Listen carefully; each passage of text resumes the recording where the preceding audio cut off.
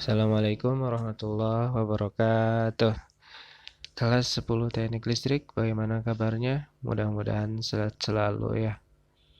Kembali lagi bersama mata pelajaran gambar teknik setelah jeda 1 minggu ya. Kali ini kita sudah sampai ke pertemuan yang ketiga ya. Sebelum kita memulai pelajaran ini, silakan kalian berdoa terlebih dahulu. Baik, bahasan yang akan kita pelajari hari ini adalah peralatan gambar teknik. Nah, peralatan gambar teknik itu bisa kita bagi dua. Ada dengan metode konvensional dan ada juga yang menggunakan metode otomatis ya. Metode konvensional itu kita akan membutuhkan alat-alat seperti kertas tentunya ya sebagai media dari gambar yang akan kita buat. Kemudian pensil atau pena ya, bisa kita gunakan pensil atau pena.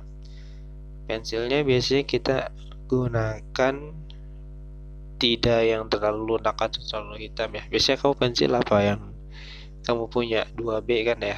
Nah, kalau untuk gambar tidak disarankan 2B, kita cari yang lebih tidak sehitam dan selunak 2B.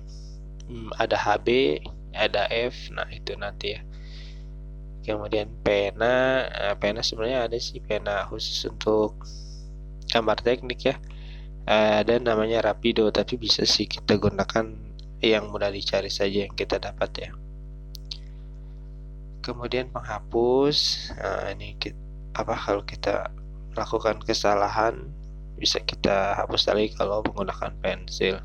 Nah, ini juga pengaruh juga yang tadi saya sebutkan 2B itu ya. Kalau 2B dihapusnya akan lebih sulit.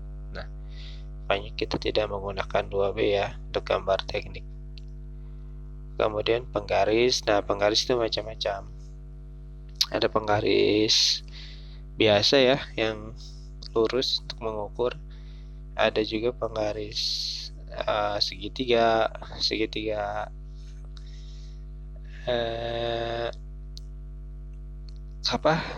kalau dalam gambar teknik ada penggaris yang khas digunakan di gambar teknik itu penggaris T dia.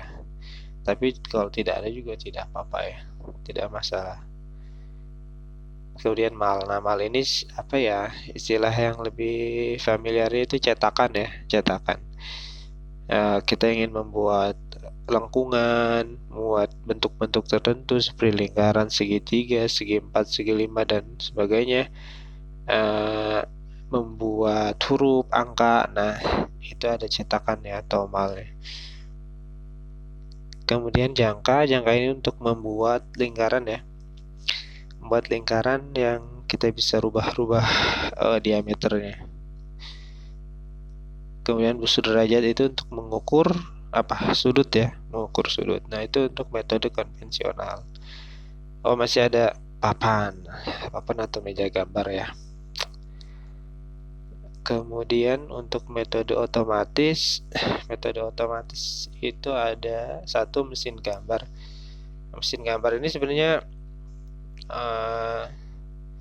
alat yang dirancang khusus gitu untuk membuat gambar teknik yang memudahkan pembuat gambar. Nanti kita lihat ada gambarnya sih. Jadi dia bisa menggantikan fungsi beberapa alat seperti penggaris ukur ya, penggaris T, penggaris segitiga, usut derajat. Nah, itu tidak perlu kita sudah bisa ditangani oleh mesin gambar ini gitu.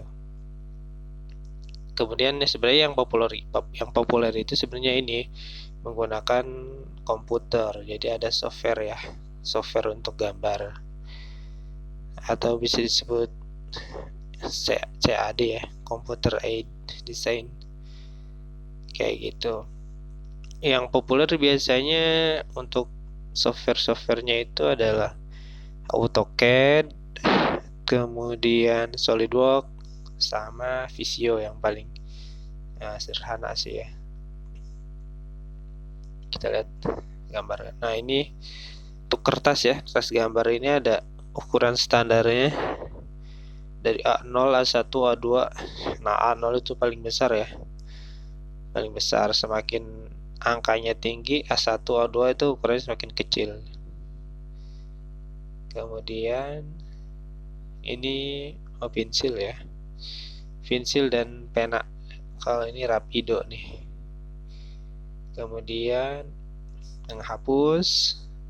Terus nah ini yang dinamakan dengan penggaris T. Jadi dia di ujungnya itu ada yang melintang ya. Nah, fungsinya itu bisa ditempelkan ke meja gambar atau papan gambar supaya garisnya itu tegak lurus 90 derajat itu.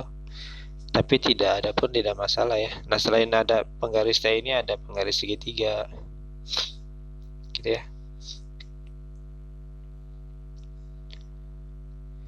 Ini yang namanya mal ya.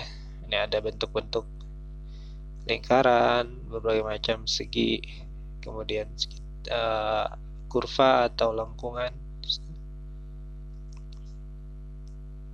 Ini jangka ya.